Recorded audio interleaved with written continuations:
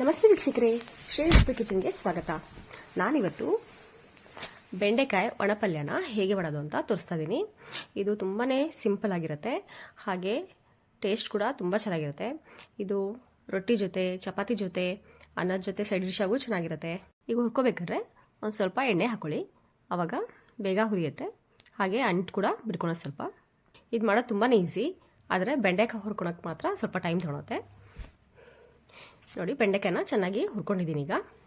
ಈಗ ಇನ್ನೊಂದು ಬಾಣಲಿಯಲ್ಲಿ ಸ್ವಲ್ಪ ಎಣ್ಣೆ ಹಾಕ್ಕೊಂಡು ಈರುಳ್ಳಿ, ಟೊಮೆಟೊ ಇಷ್ಟನ್ನು ಬೇಯಿಸ್ಕೊಂಡಿದ್ದೀನಿ.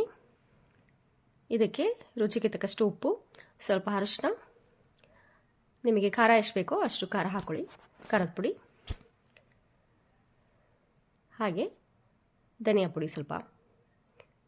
ಇಷ್ಟೇ ಇದಕ್ಕೆ ಬೇಕಾಗಿರೋ ಐಟಮ್ಸು. ಇದನ್ನೆಲ್ಲ ಚೆನ್ನಾಗಿ ಮಿಕ್ಸ್ ಮಾಡ್ಕೊಳ್ಳಿ. ಇದಾದಮೇಲೆ ಬೆಂಡೆಕಾಯಿನ ಫ್ರೈ ಮಾಡಿರೋದು ಇದಕ್ಕೆ ಹಾಕಿ ಮಿಕ್ಸ್ ಮಾಡ್ತಾ ಇದ್ದೀನಿ. ನೋಡಿ, ಇದು ಎಷ್ಟು ಈಸಿಯಾಗುತ್ತೆ. ಬ್ಯಾಚುಲರ್ಸ್ ಕೂಡ ಮಾಡ್ಕೊಬೋದು, ಹಾಗೆ ಕೆಲಸಕ್ಕೆ ಹೋಗೋರು ಕೂಡ ತುಂಬಾ ಈಸಿಯಾಗಿ ಮಾಡ್ಕೊಬೋದು ಇದನ್ನು. ಈಗ ಬೆಂಡೆಕಾಯಿ ಒಣಪಲ್ಯ ರೆಡಿಯಾಗಿದೆ. ಮನೆಗೆ ಯಾರಾದರೂ ಗೆಸ್ಟ್ ಬಂದಾಗ ಫಟಾಫಟ್ ಅಂತ ಮಾಡ್ಕೊಡ್ಬೋದು.